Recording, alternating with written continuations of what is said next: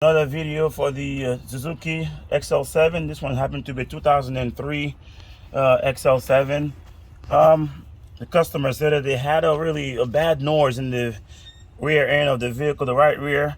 Of course, suspected it to be the wheel bearing. Of course, that's in the axle. You can see all over in here. You got to pull this back out. It's not too bad, but it also has some wheel cylinder leaking. As you can tell, it's really messy in here. It's oily. And of course, if you noticed all the seals in here and this thing, but if you see this, watch, look at this. This is terribly bad. Obviously, there's 4 bolts holding this whole axle of the hub.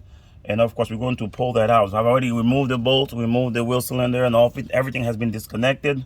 But now we're just focusing on the actual problem. So we're going to do this thing for the customer, do it right. But as we can tell, we already moved the 4 bolts. And as we're going to pull this shaft right here. There we go. And look at this problem. It is pretty dry in there. There's no oil whatsoever in that drum there. It's a mess. Everything's a mess in there. As I don't know if you can see it. Yeah, lighting a little poor, but it's really a mess. And if we look back at the shaft and look at this shaft, this is bad. All in here, it's been out for a while. You can tell. It's in bad shape, so most likely we're gonna have to remove replace this whole entire axle here and put a new bearing in it and put new stuff in it and clean everything up, and we'll go. So I look on the internet, on YouTube. I couldn't find one for the XL7, but I finally said, hey, let's see if I can make one, a video that will help somebody. So it's not too bad, just moving those 4 nuts here that hold right here, and that's all. So it's out, but we have ourselves a mess in here. Look at this. And be careful if you stick your finger in there. There's a lot of debris. You might cut your finger. So as you go, you can get a screwdriver, and I'm still doing it with my finger.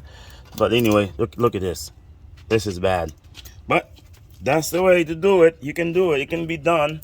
And as we will see, this is it's common. I've over 150,000 miles on this, so it's common. But the shaft probably will save it, but maybe not, because it just chew up too much here. So this axle needs to go, because the bearing will not sit right on this. It's too much of a problem. So we'll look for a new axle for this one.